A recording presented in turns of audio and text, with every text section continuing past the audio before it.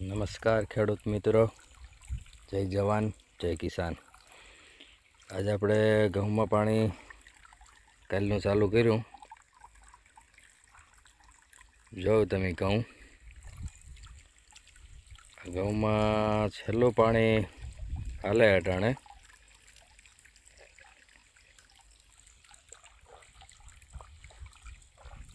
જો તમને શું લાગે, પાણી વારવું પડશે કે નહીં વારવું પડે?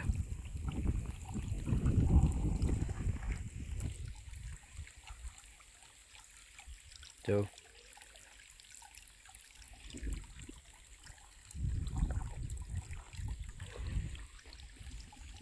વારવું પડે તો કોમેન્ટમાં જણાવજો કે વારવું પડશે કે નહીં. અત્યારે આમ તો એમ લાગે છે કે પાણી વારવું નહીં પડે, કેમ કે હવે એનું દાંડર ને એ હુકાતું જાય અને માથે લોર પણ ફૂલ ભરાઈ જ ગઈ. તમે જો તો એકદમ માકડા થઈ ગયા. હવે 10 દિવસની અંદર કદાચ 10 થી 12 દિવસની અંદર એમ લાગે કે પાક ઉપર વરી પણ જશે. તે છતાં પણ લાગે તો કહેજો કે વારવું પડશે કે નહીં વારવું પડે. ઘઉં બહુ સારા છે. હવે કેટલો ઉતારો આવે એ જોવાનું છે. હવે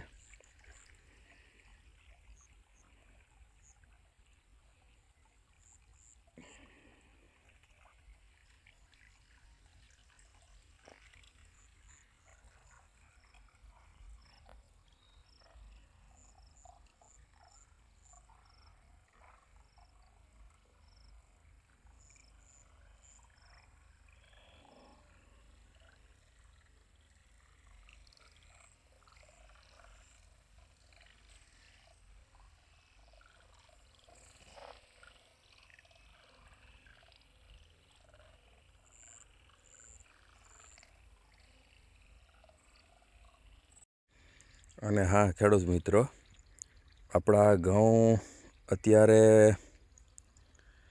90-95 દિવસની આસપાસના છે. 90-95 દિવસે અત્યારે આમાં છેલ્લું પિયત ચાલુ છે. હવે આના પછીનું દેવું જોઈએ પિયત કે ન દેવું જોઈએ એ તમે ખાસ જણાવજો. 90-95 દિવસે જે કહે છે કે છેલ્લું પિયત આપી દેવાય, એ આપણે 90-95 દિવસે છેલ્લું પિયત હાલે. હવે પછી આગળ જતાં શું થાય એ જણાવજો. અને હા ખેડૂત મિત્રો, શું લાગે છે તમને કે આનો અંદાજિત 1 વીઘામાં કેટલો ઉતારો આવે એવું તમને લાગે? 1 વીઘામાં કેટલા મણનો અંદાજિત ઉતારો આવશે? આ વેરાયટી 451. હવે અત્યારે તો બહુ સારા છે. પછી તો હવે કટર હાંકીએ હાર્વેસ્ટર તો અહીંયા ખબર પડે કે કેટલો ઉતારો આવે. અને ખાસ કોમેન્ટમાં જણાવજો કે તમને શું લાગે કે વીઘે અંદાજિત કેટલા મણનો ઉતારો આવશે, જેથી આપણે ખબર પડે કે વીઘે એટલો ઉતારો આવશે. એમાં કેટલા મણનો ઉતારો આવે ને પાકો અંદાજ આવી જાય આપણે. પછી હું તો ખાસ તમને જ્યારે હાર્વેસ્ટર હાલશે એટલે જણાવીશ, પાછો એક વિડીયો મૂકી કે કેટલા મણનો ઉતારો છે અને કેવું સારું રહ્યું કે નહીં. જો આ પ્રમાણેની છે અને એમાં ઘઉંનું બાંધકામ એ બહુ સારું છે. બહુ સારા છે ઘઉં. કેટલો ઉતારો આવે ને એ આપણે જોવાનું છે.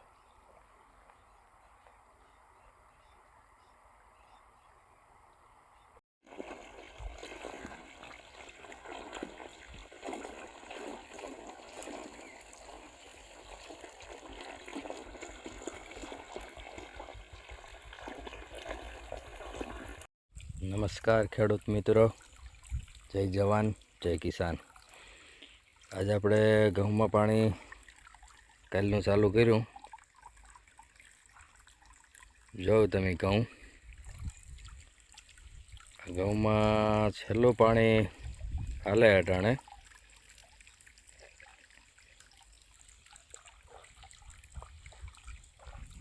જો તમને શું લાગે, પાણી વારવું પડશે કે નહીં વારવું પડે?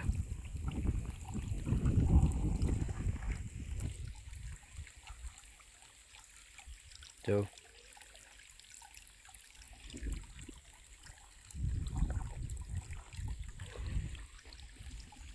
વારવું પડે તો કોમેન્ટમાં જણાવજો કે વારવું પડશે કે નહીં. અત્યારે આમ તો એમ લાગે છે કે પાણી વારવું નહીં પડે, કેમ કે હવે એનું દાંડર ને એ હુકાતું જાય અને માથે લોર પણ ફૂલ ભરાઈ જ ગઈ. તમે જો તો એકદમ માકડા થઈ ગયા. હવે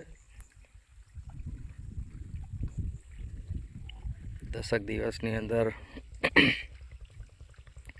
કદાચ 10 થી 12 દિવસની અંદર એમ લાગે કે પાક ઉપર વરી પણ જશે. તે છતાં પણ લાગે તો કહેજો કે વારવું પડશે કે નહીં વારવું પડે. ઘઉં બહુ સારા છે. હવે કેટલો ઉતારો આવે એ જોવાનું છે. હવે